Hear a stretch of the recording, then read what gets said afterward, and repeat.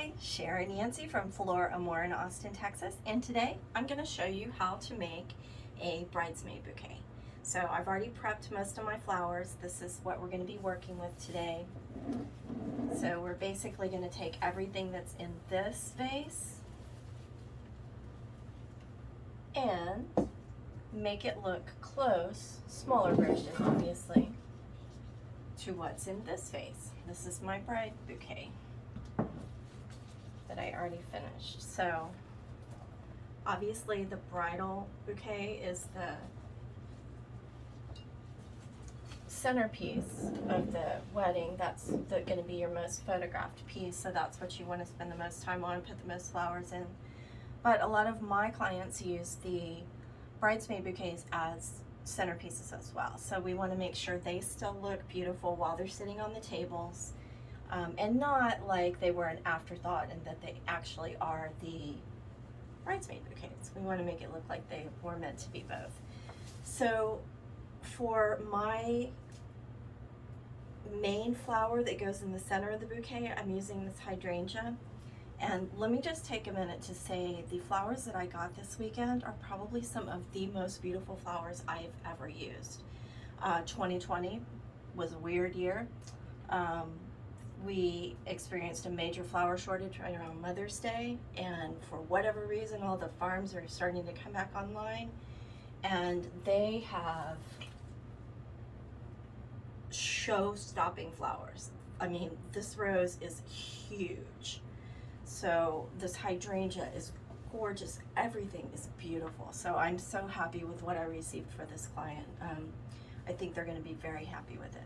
So what I usually start with, I start with my main flower held pretty loosely, and I design everything in a circle that way. So this is a very large, beautiful flower, so I'm going to kind of put it right down here as my focal piece. This is going to be the side that's facing everyone.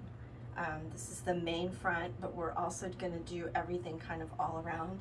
And if you see me look over toward this side, it's because I have a mirror, and I like to check my work from all sides instead of having to keep moving it around in my hand.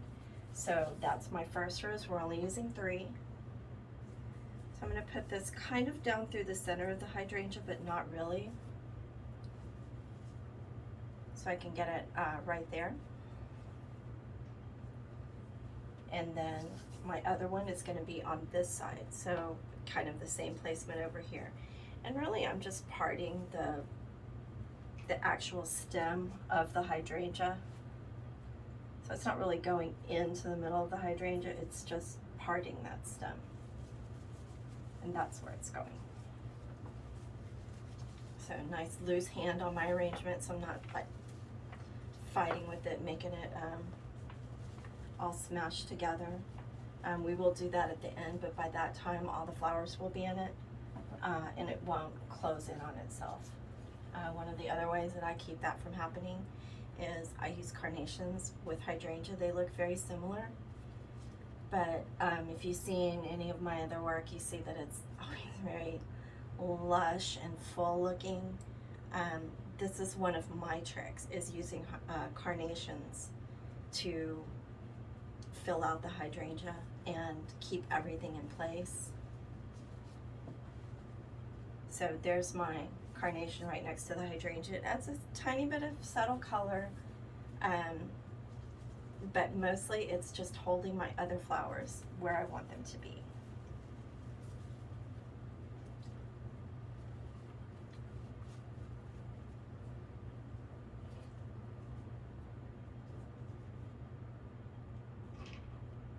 Let's put this one right over here.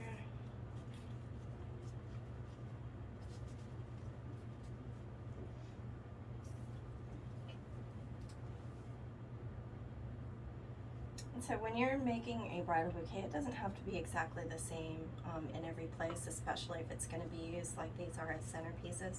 You just want to make sure that it's interesting from all sides. So I'm also not known for being, 100% symmetrical. I don't really like symmetry. I like monochromatic. I don't like symmetry. I like balance. So I'm putting these stock in now, and I'm just putting them in kind of equidistant like that, so that when the bridesmaid is carrying it down the aisle, that part is forward. This side is what's facing all of the friends and family over here, and when it's sitting on the table, it still looks balanced. Also going to be using these gorgeous white spray roses. I mean, look how beautiful. They're just stunning. Like, they look fake, they're so pretty. So again, I'm just kind of sticking this right down through the bloom of the hydrangea. I'm only using 2 stems of this. That one that I just put in, I put toward the back. I always like to have something facing the bride or the bridesmaid, so they have something pretty to look at when they're looking down. From here, I think I want to put this right over here next to this one. That's going to be the focal point on that side. So I've got these gorgeous ranunculus. I actually left these out overnight so they would open up a little bit more. One thing about weddings is that you want all of the flowers to be at the height of beauty, so it's okay to leave them out overnight. I usually leave everything out the night before the wedding because I want it to open up to its full beautiful potential. So let's see, I'll go ahead and put this one over here on the back. The style for this wedding is more of a classic round. That's why we're not doing anything that's all boho, you know, wild looking. We're going to do a little bit of that. My bride's request for this was constrained boho is the word I have for it. So not, you know, big and wild, but also not so classic that it's too static. So I'm just going to go ahead and start inserting some of the greenery that we're using. I usually put a few pieces down in the middle. This one I think would make a, this one kind of has a direction facing this way. Start shaping a little bit more of making it a little bit different, a little bit more unique. Every bridesmaid bouquet is using the same flowers. They're going to be in the same place. Just because they're flowers, they're not all going to look exactly the same. So this is Nandina that I'm using right now. And again, if you see how I'm still like putting everything in round, I'm going to finish the greenery after I insert some of the filler flowers. I'm using some white limonium. And this has a real nice kind of lacy look when it's inserted. It gives a lot of air, so you can make use of the negative space without getting real heavy.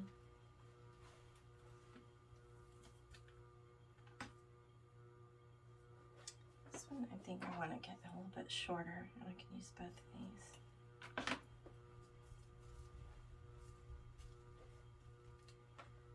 So now we can stick a few of these down through the center. Not sticking up really high, just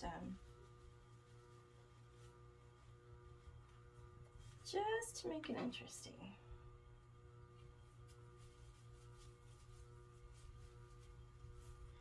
All right, that was a half a stem of that. Don't be afraid to use half stems.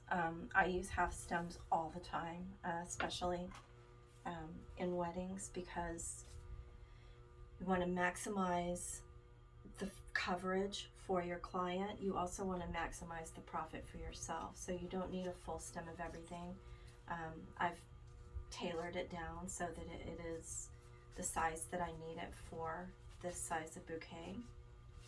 which is not large, but also not small. I've actually seen bridal bouquets this size. I just keep kind of filling in to put a little bit here and there wherever it needs a little something.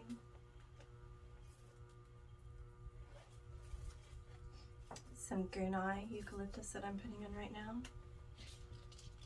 A little bit of silver dollar.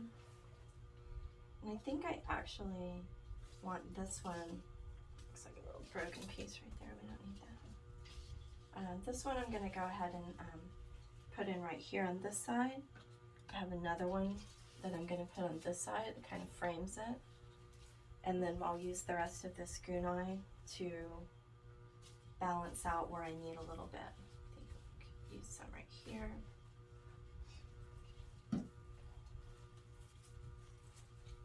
And again, don't forget about the back because it is going to be a centerpiece, so it does need to be finished all the way around. We've got a little bit more wax flower. I think with this, I'm going to go ahead and stick it right in here. So this is where I'm choosing to use my very last stem. And now that I've got everything in place, I'm going to go ahead and just bring these up a little bit so they're off the hydrangea a little. And this will add a little bit of depth and texture, which is another thing I'm known for with I do a lot of monochromatic work. That's my personal favorite. So with monochromatic, you need something interesting like depth and texture, and that's what I really like. This one that I'm doing today isn't quite monochromatic, but it's a limited color palette, so it's pretty close. Which, don't get me wrong, if my client wants 14 different colors, I'll be doing something with 14 different colors. Because ultimately the client is who I'm designing for, not myself. So I'm just going to go ahead and wrap this with a little bit of anchor tape.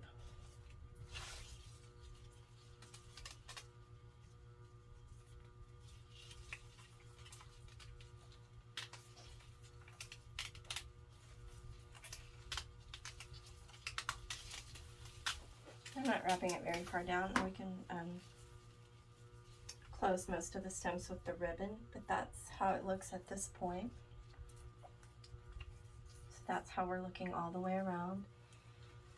And when you're designing, you'll kind of create a balance point that feels more comfortable for whoever's holding it, just by the direction that you're holding it while you're designing. So if you remember, I started with this large rose in the front, and I can definitely feel when I was rolling that around, this is by far the most comfortable place for this bouquet to be held. So I'm just going to move this carnation around there.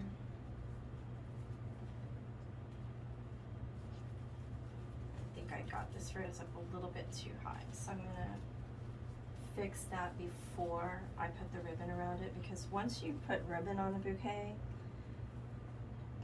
something's got to be real messed up before I take the ribbon off and start all over again. And sometimes that happens. I mean, with weddings, you go real fast. Sometimes I forget to add a flower. Sometimes I do that to 2 or 3. And then I realize it and I have to unwrap them and start all over. So this is what we're about to wrap with this in the front. So I'm going to flip it over so that the front is facing me. And I'm going to be finishing this with number 9 white double-sided satin. I'm going to use about 1 3/4 yards, like just under 2 yards.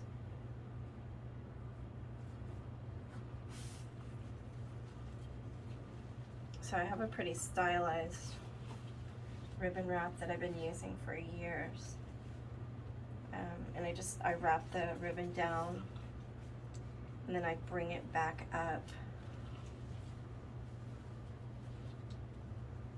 and I tie a little bow tie on it when I come back up and put a pin detail so that it looks completely finished.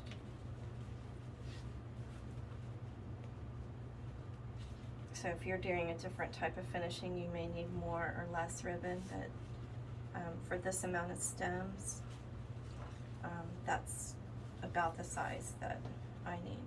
So here's where I am so far. So that's where I just crossed the ribbon over each other all the way down, and then my first trip back up, I made this little knot, or not knot, it's like a bow knot, like the base of a bow. So that's my second one. And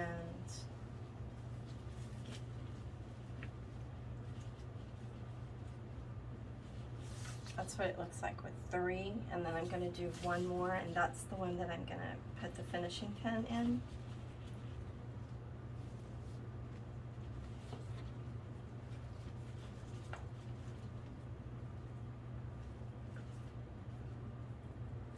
So there's where we are right now. So I'm going to go ahead and cut a little bit of this off.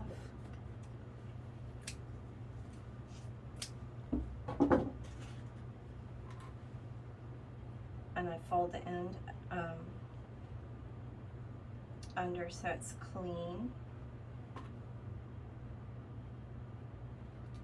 And I just put the pin right there to hold it for the moment. I'm going to do the same thing to the other side. And then I'm going to bring that pin through and stick it straight down. You definitely don't want to put this straight through the bouquet because that can injure your client. So here, I'm just going straight down with it. That's the only big pin that I use. And then I use these, hopefully not poke myself, I use these little shorties at each of those little knots that I tied along the front of the bouquet. And that's where the bridesmaid's fingers will go to hold the bouquet. So that's the front. And that's where their fingers will go. I know some florists put the buttons on the back. I put the buttons on the front as a finger hold. I think it makes more sense. But honestly, the way you finish, as long as it looks nice and finished, it doesn't really matter. There's no right or wrong way to do it. So that is my bridal bouquet. I've got a vase of water here. And that's what it's going to look like as a centerpiece. And that's what it's going to look like as a bridesmaid bouquet. So, thank you for watching along today for this bridesmaid bouquet, excuse me. And I'm also going to make a boutonniere next, but that'll be in a different video. So, all right, thank you again. I am Sharon Yancey from Floral in Austin, Texas. Happy designing.